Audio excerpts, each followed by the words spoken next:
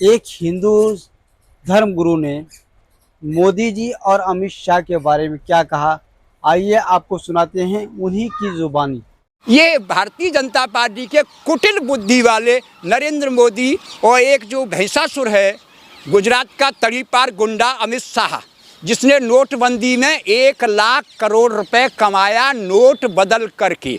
बहुत बड़ा शातिर बदमाश है अमित शाह, बहुत बड़ा क्रिमिनल है और गुंडा है। इस देश का गृह मंत्री अमित शाह है, तो फिर जो है लॉरेंस बिश्नोई क्या कर रहा है? तो अमित शाह ने क्या, अमित शाह के और लॉरेंस बिश्नोई के कुछ रिश्ते हैं क्या?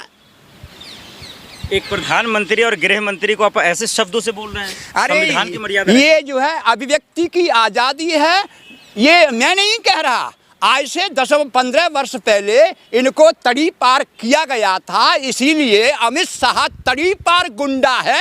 ये उस काल के अखबार और मीडिया कह रही थी, मैं उस अखबार और मीडिया की बात को फिर दोहरा रहा हूँ। गुजरात का तड़ी पार गुंडा है अमित शाह। मतलब बाबा सिद्दीक की हत्या के पीछे मोदी जी अमित शाह जी का हाथ है। ये अमित शाह सबसे बड़ा क्रिमिनल है भारतीय जनता पार्टी के अंदर। अगर सबसे बड़ा अपराधी है तो ये अमित शाह है। लेकिन मुंबई पुलिस पे भी तो सवाल उठ रहे हैं। अरे कहाँ की पुलिस? नौकरशाही इस देश की जनता को लूट रही है। किस पुलिस की बात कर रही हो? इस समय देश की स्थिति ये है कि एक ही उल्लू काफी था बर्बाद गुलिस्ता करने को। हर साख पर उल्लू बैठा है, अंजाम गुलिस्ता क्या होगा? ये नरेंद्र मोदी उल्लू है। भारत का प्रधानमंत्री नरेंद्र मोदी उल्लू है। और बोलूं तो क्या बोलूं, भारतीय जनता पार्टी की जो टैक्स नीति है, जो कर प्रणाली है, जो जीएसटी है, अन्य भारतीय जनता पार्टी नरेंद्र मोदी की सरकार हजारों प्रकार के टैक्स लगा करके जनता के खून पसीने की गाढ़ी कमाई को चूस लेने वाला मोदी नामक मच्छर, जो जनता के खून पसीने की कमाई को नाना प्रकार के टैक्स लगा करके चूस रहा है, तो मोदी को मच्छर भी कहना कोई गलत नहीं होगा। मतलब आप ये कह रहे हैं कि बाबा सिद्दीक की हत्या इसलिए हुई क्योंकि महाराष्ट्र में चुनाव आने वाले हैं, तारीखों का ऐलान हो गया, सियासत की वजह? बिल्कुल सही है। कैसे? ये हिंदू वोट मुस्लिम वोट का ध्रुवीकरण।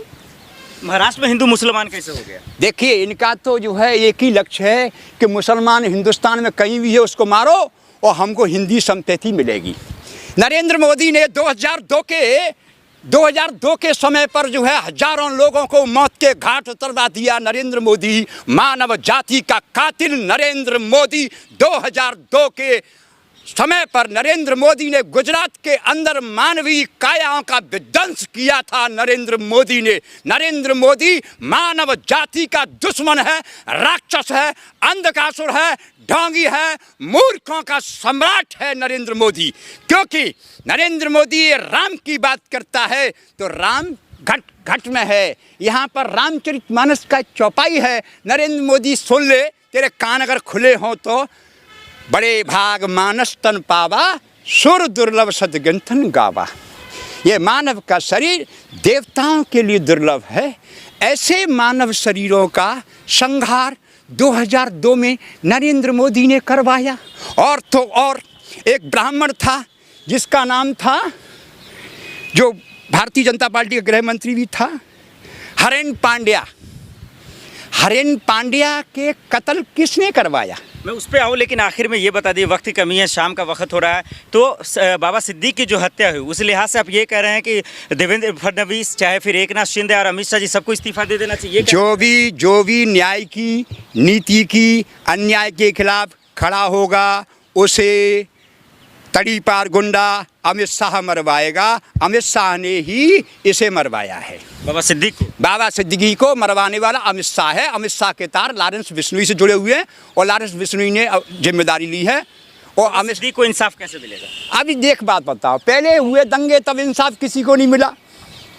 इंसाफ जब मिलेगा जब अंधकासुर नरेंद्र मोदी दिल्ली की कुर्सी पर नहीं होगा, जब लोगों को न्याय मिलेगा। हिंदुस्तान के अंदर गरीब आदमी को न्यायपालिका में न्याय नहीं मिलता क्योंकि गरीब के पास पैसा नहीं है। हिंदुस्तान की समूची न्यायपालिकाएं गरीबों को न्याय नहीं मिलता क्योंकि गरीब के पास पैसा नहीं है। जिनके पास पैसा होता है वो वकीलों को अधिक से अधिक पैसा दे करके वकील अपनी बौद्धिक तर्कों के आधार पर गरीब इस देश के अंदर न्याय से वंचित रहता है। इसीलिए राहुल गांधी ने इस देश के अंदर न्याय यात्रा निकाली थी, उसका यही लक्ष्य था।